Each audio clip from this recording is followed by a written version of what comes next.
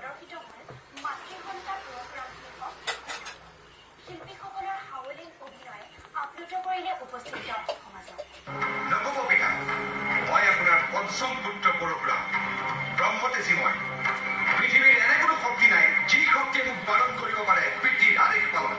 দেওবাৰে সন্ধিয়া টাউন পানীগাঁও প্ৰাথমিক বিদ্যালয়ত নৃত্যাংগনৰ শিল্পীসকলৰ দ্বাৰা অনুষ্ঠিত কৰা হয় মাতৃসন্তা পৰশুৰাম শীৰ্ষক এখনি নাটক।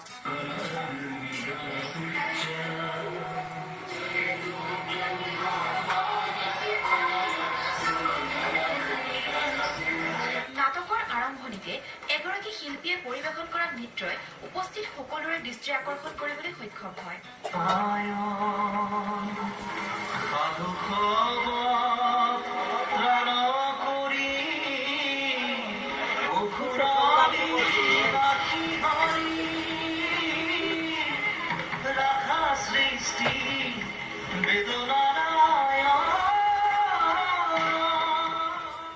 দেওবাৰে অনুষ্ঠিত মাতৃসন্তা পৰশুৰাম শীৰ্ষক নাটকখন উপভোগ কৰিবলৈ যথেষ্ট সংখ্যক দৰ্শক উপস্থিত আছিল। গোস্বামী, মই এই মুহূৰ্ততে গংগাৰ বুকুৰ পৰা কঢ়িয়াই আনিম পবিত্ৰ জল।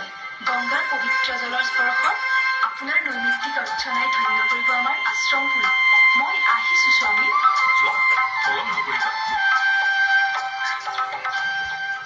নাটকখনৰ সন্দৰ্ভত নৃত্যাংগনৰ এগৰাকী শিল্পীয়ে এইদৰে কয়। নৃত্যাংগন নৃত্য প্ৰতিষ্ঠানৰ উদ্যোগত 198 নং টাউন পানীগাঁও প্ৰাথমিক বিদ্যালয়ৰ সহযোগত পোনপ্ৰথমবাৰৰ বাবে এইটো আয়োজন কৰিছিলোঁ এখনি অংকীয়া নৃত্য নাটিকা ডান্স ড্ৰামা মাতৃসন্তা পৰশুৰাম।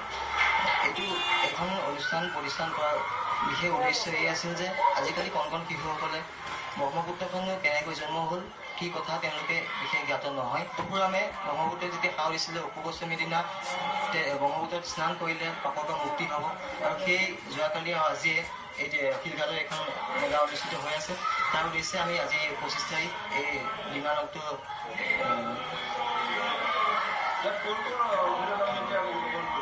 সকলো ইয়াৰে আমি পানীগাঁৱৰ অভিনেতা অভিনেত্ৰী ৰত্নপুৰ আছে পল্লী ওচৰ আছে আৰু আমাৰ নৃত্যাংগনৰ সকলো নৃত্যশিল্পী এই নৃত্য নাটিকাখনিত জড়িত আছে। অংশগ্ৰহণকাৰী শিল্পীসকলৰ অভিনয়ে মন্ত্ৰমুগ্ধ কৰি তোলে উপস্থিত দৰ্শক মণ্ডলী।